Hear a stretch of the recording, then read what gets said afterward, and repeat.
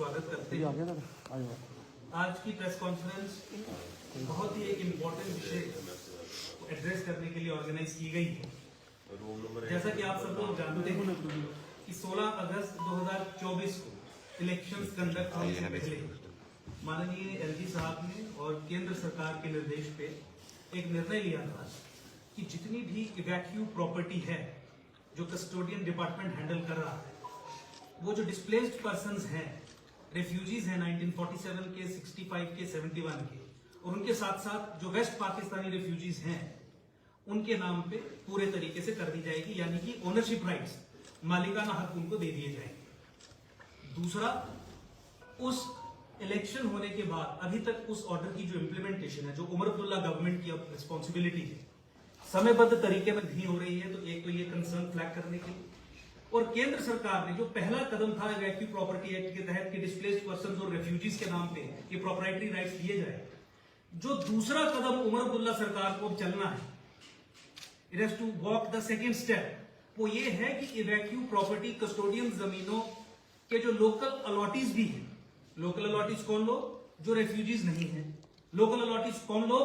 जो जम्मू खित्ते के, जम्मू प्रोविंस के ओवरवेलमिंगली लार्जली डोगरा कम्युनिटी है, उनको जो अलॉट की गई है जमीनें, उनको भी इस ऑर्डर में इनकॉर्पोरेट करके उनके नाम पे कस्टोडियन जमीनों के मालिकाना हक रेगुलराइज करे, यानी प्रोप्राइटरी राइट्स उनको दे। मैं बताना चाहूंगा सब लोगों की जानकारी के लिए कि रेफ्यूजी कम्युनिटी को जो अलॉटमेंट्स हुई, उसके अलावा government order LV7, cabinet order 578C और एक 1971 का ऑर्डर नंबर 371 होता था, जिसके तहत पोजीशन के बेसिस पे कुछ तरीके की रेगुलराइजेशन होती थी लोकल अलॉटीज के फेवर में। और उसको अगर आप अग्रेरियन रिफॉर्म्स एक्ट के सेकंड शेड्यूल के साथ पढ़े तो वो भी हकदार थे प्रोप्राइटरी राइट्स के। उन जमीनों की प्रोप्राइटरी राइट्स लोकल अलॉटीज के नाम पे हो जाए, उसके लिए आज हम ये प्रेस कॉन्फ्रेंस कर रहे हैं। डिस्प्लेस्ड पर्संस के फेवर में जो ऑर्डर ऑलरेडी हो चुका है, उसे समयबद्ध तरीके में इंप्लीमेंट किया जाए, उसके लिए आज की प्रेस कॉन्फ्रेंस आयोजित की गई है। साथ ही साथ आप सब लोगों ने देखा कि जो लोकल अलॉटीज थे, जम्मू खित्ते के रहने वाले लोग जो थे, उनको ये जो जमीनें दी जाती थी, और जब ये जमीनें सरकार किसी पब्लिक पर्पज के लिए एक्वायर कर लेती थी, तो उन लोकल अलॉटीज को कंपनसेशन का अमाउंट नहीं दिया जाता। लीगल रेजीम जो है, अगर आप कानून की सही जानकारी रखते हैं तो उसमें कैटेगोरिक था, चाहे वो लैंड एक्विजिशन एक्ट से संबंधित रूल्स हो, चाहे वो अग्रेरियन रिफॉर्म्स एक्ट हो, चाहे वो 1965 की गिरदावरी के आधार पे 371 ऑर्डर नंबर की जो लीगल रेजीम हो, मैं उसमें डिटेल में नहीं, ज्यादा कॉम्प्लेक्स हो जाएगा। लेकिन लोकल अलॉटीज भी एंटाइटल्ड थे कम से कम 80% कंपनसेशन के लिए, जो उनको नहीं दी जाती थी। तो ऐसे सब लोकल अलॉटीज जिनसे जमीनें ली गई हैं सरकार के द्वारा और जिन्हें कॉम्पनसेशन नहीं पे की गई है, उन लोगों को कॉम्पनसेशन भी दी जानी चाहिए। अब ये जो सेकंड स्टेप है, जम्मू कश्मीर यूटी में अब एक चुनी हुई सरकार है, उमर अब्दुल्ला डिपार्टमेंट को ओवरसी भी कर रहे हैं। मुख्यमंत्री की ये अब नैतिक रिस्पॉन्सिबिलिटी बनती है कि एक कदम केंद्र सरकार ने जो उठाया, उसी दिशा में दूसरा कदम भी उठाए, क्योंकि ये जम्मू खित्ते और जम्मू कश्मीर में वो सब लोग जो लोकल अलॉटीज की श्रेणी में आते हैं, उनके मौलिक कॉन्स्टिट्यूशनली गारंटेड राइट्स की हम बात कर रहे हैं। तो मेरा आप सब लोगों से यही निवेदन है कि सरकार तक ये मैसेज पहुंचे। भाजपा की जो ऑफिशियल पोजीशन इस पे है वो हमने आर्टिकुलेट की, और साथ ही साथ कस्टोडियन डिपार्टमेंट जिसकी एग्जिस्टेंस ज्यादा खर्चीली है rather than the work it is doing, मतलब पूरा डिपार्टमेंट जो इस समय कार्य कर रहा है, वो कार्य करने के लिए जो तनख्वाह और सारा डिपार्टमेंट को चलाने का काम है, अगर वो उससे जो अर्न कर रहा है उसका खर्चा उससे ज्यादा है, तो किसी भी परिस्थिति में इस डिपार्टमेंट को आगे चलने का कोई औचित्य रहता नहीं। तो वी आर प्रपोजिंग क्योंकि प्रोप्राइटरी राइट्स कन्फर करने हैं, तो ये कस्टोडियन से कस्टोडियन जनरल की जो लीगल रेजीम है, इसे खत्म किया जाए।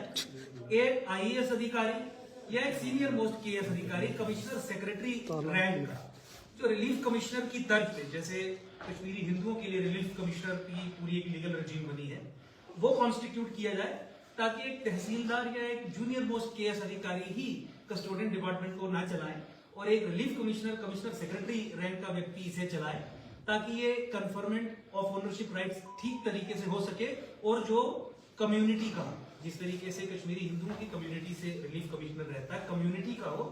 ये आज हम सरकार को ये संदेश यहां से देना चाहते हैं लोगों के अधिकारों के लिए कस्टोडियन जमीन के मालिकाना हक डिस्प्लेस्ड पर्संस के फेवर में समयबद्ध तरीके में किए गए और लोकल अलॉटीज के फेवर में तत्काल प्रभाव से एक आदेश जारी किया जाए। 2,56,846 2,56,846 आइडेंटिफाइड इवैक्यू प्रॉपर्टीज है जो कस्टोडियन डिपार्टमेंट ओवरसी कर।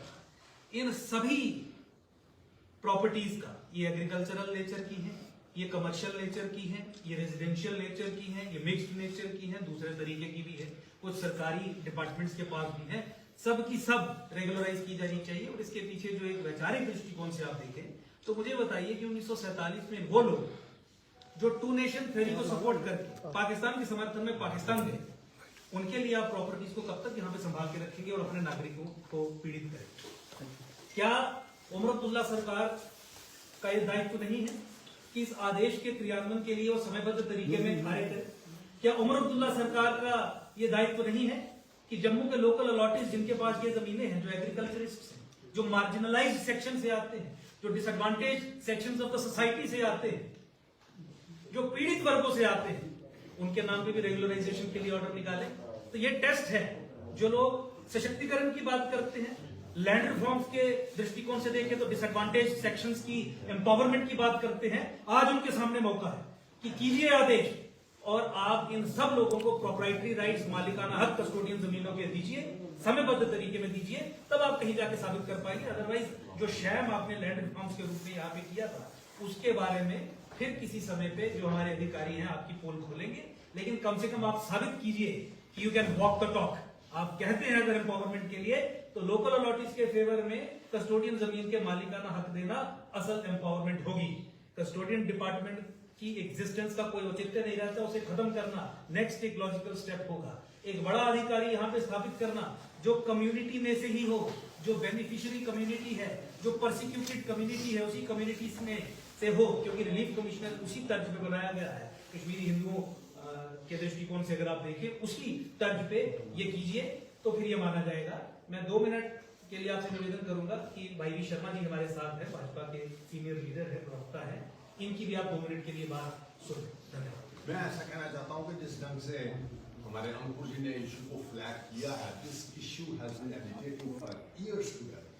वी आर ग्रेटफुल कि एलजी साहब ने इस मुतल्लक अक्टूबर में इलेक्शन होने से पहले, अगस्त में सॉरी, उन्होंने ये ऑर्डर पास किया और ये इवैक्यू प्रॉपर्टी जो है जिन जिन लोगों के पोजीशन में थी, जो रेफ्यूजीज थे, उनको सारे हकूक दिए गए और उसके साथ हमारे जो लोकल अलॉटीज थे, हम उनको भी ये सारे हकूक दिए जाएं ताकि उनकी पोजीशन में जो लैंड है उनको मिल जाए।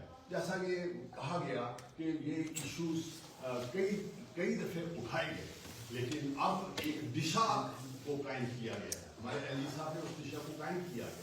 हमारे जम्मू कश्मीर में इलेक्शन हुए, एक डेमोक्रेटिक तरीके से जो हुकूमत इस वक्त कायम हुई, उस हुकूमत का ये फर्ज बनता है कि लोगों की लॉन्ग स्टैंडिंग, लॉन्ग अवेटेड जो प्रॉब्लम्स हैं उनको ऑन प्रायोरिटी अटेंड किया जाए। कस्टोडियन हाउसेज और इवैक्यू प्रॉपर्टी का जो इशू है, this has been raised time and again, और मैं ये समझता हूँ कि एलजी साहब ने इसको हकूक देकर एक रास्ता खोला है। जो हमारी मौजूदा हुकूमत है उससे अपनी एक डायरेक्शन लेकर लोकल लोगों को सबको इसके हकूक दिए जाए ताकि वो लोग उस प्रॉपर्टी को इस्तेमाल अपने अच्छे ढंग से कर सके। ये जो पॉइंट कहा गया कि इसका इवैक्यू प्रॉपर्टी का जो इस वक्त आज की डेट में उसको मेंटेन करने का, इनको मेंटेनेंस के लिए जो हमारे सारे इवैक्यू प्रॉपर्टी है उसका जो खर्चा ज्यादा है, उनको तनख्वाहों का खर्चा ज्यादा है, और इसलिए इन तमाम प्रॉपर्टीज को उनको दिया जाए और ताकि वो उन प्रॉपर्टीज को अपने मन मुताबिक अपने तरीके से उनको इस्तेमाल कर सके।